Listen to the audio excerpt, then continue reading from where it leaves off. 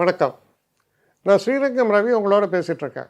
December மாதத்திற்கான பலன்கள். இது எல்லா ராசிக்குமே நான் 12 ராசிகளுக்கும் நான் இதை சொல்லும்போது இரு பகுதிகளாக சொல்கிறேன். அதாவது 15ஆம் தேதி வரைக்கும் ஒரு எப்படி இருக்குது, 15லேருந்து 31ஆம் தேதி வரைக்கும் எப்படி இருக்குது அப்படி. தனுசு ராசி. தனுசு ராசி நேயர்களை பொறுத்த வரைக்கும் இந்த மாதத்தில் முதல்ல 6ஆம் தேதி அன்னைக்கு குருவானவர் 7ஆம் வீட்டுக்குள்ளே வரார். ரொம்ப ரொம்ப நல்லது. தொடர்ந்து 7ஆம் தேதி அன்னைக்கு பார்த்தீங்கன்னா 4ஆம் வீட்டில் இருக்கக்கூடிய சனி வக்கர நிவர்த்தி அடைகிறார். அதற்கப்புறம் செவ்வாய் உங்கள் ராசிக்குள்ளே வரார், தனுசு ராசிக்குள்ளே. இந்த நிகழ்வுகள்லாம் நல்லது. அதே போல் புதன் 12ஆம் வீடான விருச்சிக ராசிக்குள்ளே வருகிறார். அப்போது இந்த முதல் 15 நாட்கள் நம்ம எப்படி இருக்குன்னு பார்த்தோம்னா,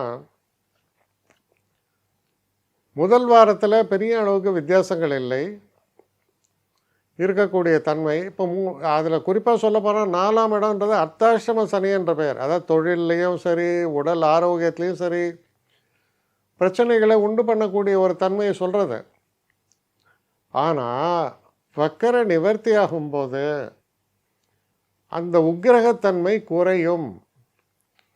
அப்போது உடலில் ஆரோக்கியத்தில் இருக்கக்கூடிய சில விஷயங்கள் பெரிய அளவுக்கு அதோடைய நெகட்டிவ் இம்பேக்ட் குறையிறது. அதுக்கப்புறம் வேலையில் ஒரு இரிட்டேஷன் இருக்கும். சில பேர் நம்ம மேலே வன்மமாக செயல்பட்டிருப்பாங்க, அதெல்லாம் குறையும். எதிர்ப்புகள் குறையும். அப்போ ரிலாக்ஸ் ஆகும் வேலை பார்க்குற இடத்துல. ஆனால் தொல்லைகள் இருக்குது, ஆனால் ரிலாக்ஸாக இருக்குது அட்லீஸ்ட். அதோடு இல்லாமல் வக்கர பார்வைன்னு சொல்லுவாங்க. உங்கள் ராசியை பார்த்துட்ருக்கிறது அது மாறுறது வக்கர பார்வை, சனியின் வக்கர பார்வை. அதே நேரத்தில் குருவினுடைய நல்ல தன்மைகள் வெளிப்படுகின்றன. நண்பர்களால் சந்தோஷம், நம்ம மூத்தவர்களால் நமக்கு சந்தோஷம். சில நேரங்களில் வீடு மனை போன்ற விஷயங்களை வாங்கிறதுக்கான உங்களுடைய செயல்பாடுகள் வெற்றியை தரும். சுப விரயங்களும் நிகழக்கூடிய காலம்.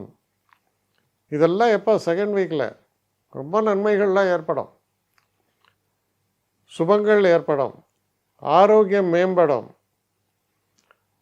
ஏன்னா குரு 7ஆம் வீட்டுக்குள்ளே திரும்ப போகிறார், அது ரொம்ப நல்லது. அதற்கப்புறம் பார்த்தீங்கன்னா 12ஆம் வீட்டில் இருக்கக்கூடிய சுக்கிரன் வீட்டில் நிறைய தாம்பத்திய வாழ்க்கை நன்னா இருக்கும், சந்தோஷங்களை தருவார். கணவன் மனைவிக்குள்ளே இருக்கக்கூடிய பிணக்குகள்லாம் தீர்றது, மைண்டு கொஞ்சம் ரிலாக்ஸ் ஆகுது, ஒரு சந்தோஷமான உற்சாகமான ஒரு சூழல்கள் ஏற்படுகின்றன.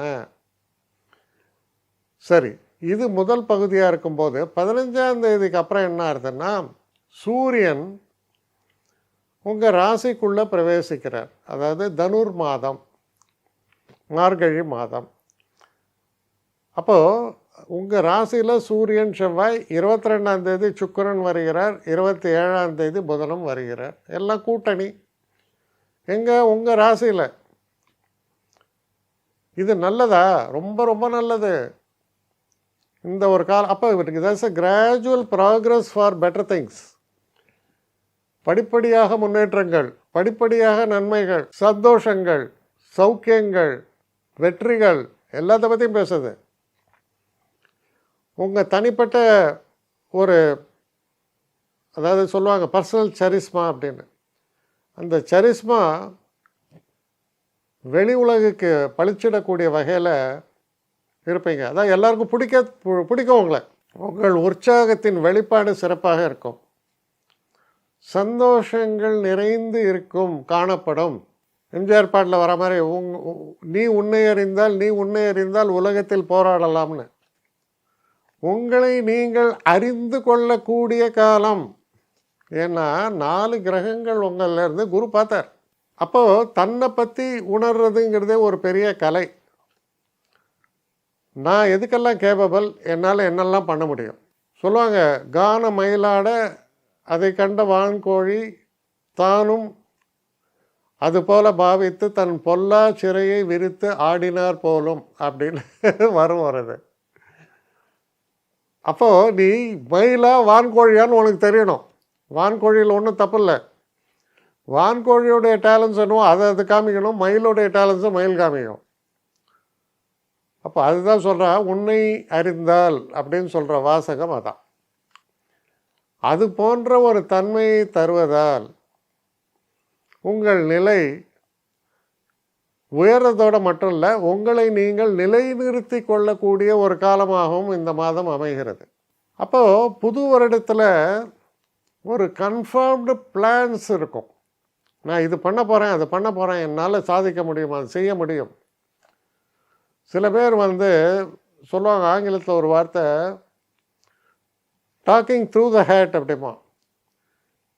ஏன்னா மனசுலேருந்து பேசலை, ஏதாவது பேசி இந்த காரியத்தை வெற்றி அப்படியல்ல. நீங்கள் பேசக்கூடியது உள்மனதிலிருந்து ஆழ்மனதிலிருந்து வரக்கூடிய ஒரு நல்ல வார்த்தைகளாக இருக்கும். அந்த வார்த்தைகளுக்குன்னு ஒரு வேல்யூஸ் இருக்குது. அந்த வேல்யூஸு அச்சீவபிள் திங்ஸ். என்னுடைய உள் மனசு சொல்கிறது, இந்த விஷயங்களை என்னால் செய்ய முடியும் என்று செய்து காட்டுகிறேன் அப்படின்னு சொல்கிறீங்கள்ல, அது இந்த வேலையை நான் வாங்கணும்னு சொல்லி கண்டதெல்லாம் போய் சொல்லி நான் இந்த வேலையை வாங்கிடலாம். ஆனால் அதில் எனக்கு கான்ஃபிடென்ஸே இல்லை. அப்படியெல்லாம் நிலைமை. ஒரு வேலையை நான் வாங்குகிறேன்னு சொன்னால் அது நான் உள்ளுணர்வோடு சொல்கிறேன் அப்படின்னா அது வேறு.